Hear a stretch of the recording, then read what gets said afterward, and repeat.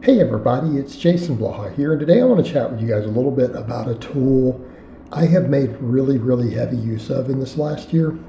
It's something I've done before in the past, but it's something I didn't do to the same level that I've done this year, to where I'm doing it all the time, to where it's a normal part of my training, and that is to where I just superset exercises.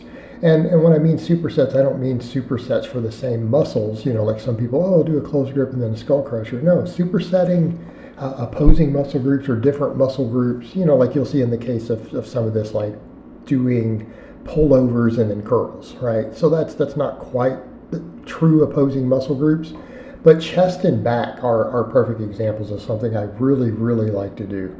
And like as of late, again, and it may still be the case by the time this video's up, doing a lot of pull-ups between all my sets of pressing, right? And for a while I was doing a lot of rowing with it too, as I was building pull-ups back up, and my ability to do them after some shoulder issues in the past that I've corrected. But pull-ups between sets of pressing is phenomenal. It's phenomenal. It brings so much to the table when you think about it, because what does it do?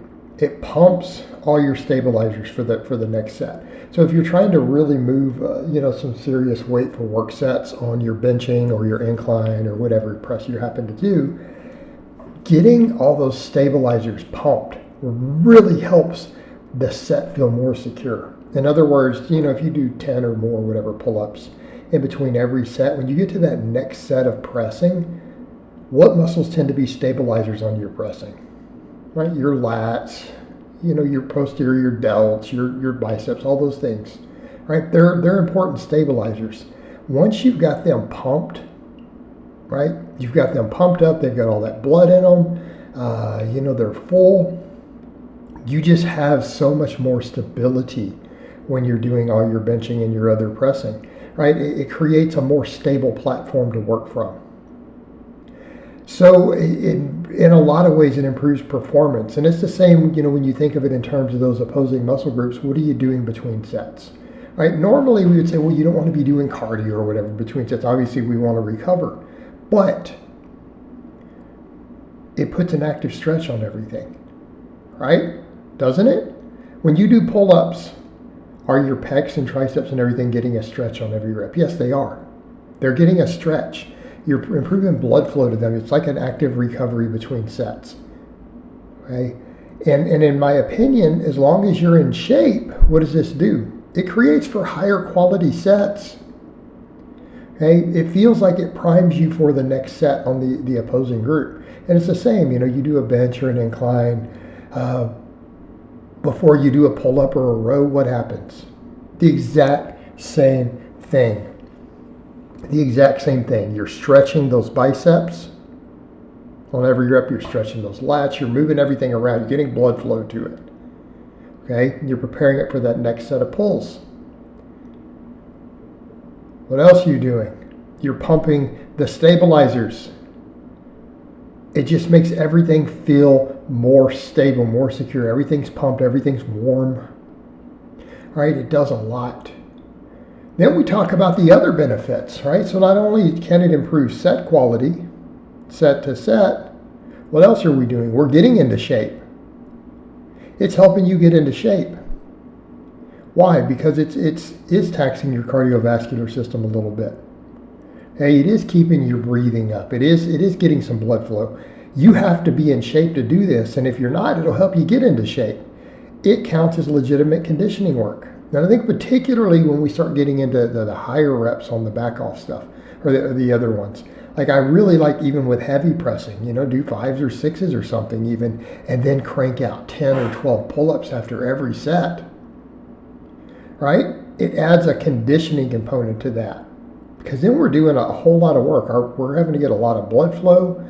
Our heart's having to work, right? It helps us get conditioned. It helps us get in shape. It's almost its own form of HIIT cardio. It's also crazy if you do smaller stuff on lower body. I didn't put any of that in here, but there was a time when I was doing that on machines. Right now, because I'm doing all standing squats, with a barbell, it's a little harder. But I don't know, maybe we could make the case for that. Yeah, might be able to make the case for saying, I don't know, maybe it would be a good time to do some hamstring work. I've thought about it. This might be something I have, because for a while I was doing that. I would do reverse hypers or glute ham raises between sets of belt squats. Haven't been doing them with barbell squats, but I can see that being useful. I like to personally do it with ab work at the moment. So like I will do glute ham raises and then do leg raises in between. All right, hanging leg raise, holding onto the bar. Okay, that's also good because again, these are big muscles moving. All right, big muscles moving. It does keep heart rate up. Again, good for conditioning. Really good for conditioning. But especially since I do all of my upper body lifts, almost every upper body lift I do is part of a superset. It doesn't matter whether it's a superset or a tricep, because sometimes I've liked to do different arms and shoulder stuff in between. Rotate 3 exercises. But on big movements 2 is enough. But again, just the conditioning component. Then we start looking at the workout length. Because it doesn't detract from your work sets because you're using different muscles. In other words, your benching doesn't suffer from doing the pull-ups. Your pull-ups don't suffer from doing the benching. You're just as strong as long as you're in shape. How much work can we do? Well, we can double the work. So you can do twice as many total sets, high quality sets to where you're not fatigued in between, right? Like you can take long breaks between your sets of benching if you're doing pull-ups between, because we have such good time economy because we're doing all these back to back. So if you're going to do 3 or 5 sets of benching and you do a set of pull-ups after each one, you've done 6 to 10 sets inside of that time you would have normally done 3 to 5. Makes really good use of your time. You can get twice as much work done. This actually removes a lot of the reasons why a lot of people start splitting the upper body up into different workouts. This can remove a lot of that because you can just superset everything and get it all done. Right? We can do twice as much work in the same hour. Like let's say you're going to train for an hour. You can do twice as much total work. Because you're working the different muscles, it's not interfering. Again, fantastic for time economy.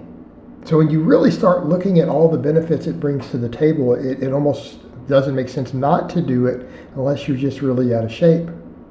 But again, it'll help you get in shape. But what are the perks? It can literally help stabilize and help recover between sets on your big lifts, right? It can help you, in some cases, improve performance. It helps us get into shape faster, and it lets us get twice as much quality work done with no degradation in performance by condensing it down in the same amount of time. This is the way, brothers. All right, guys, well, that's really all I have to say on that today. I hope it's been informative, and I'll talk to you guys next time.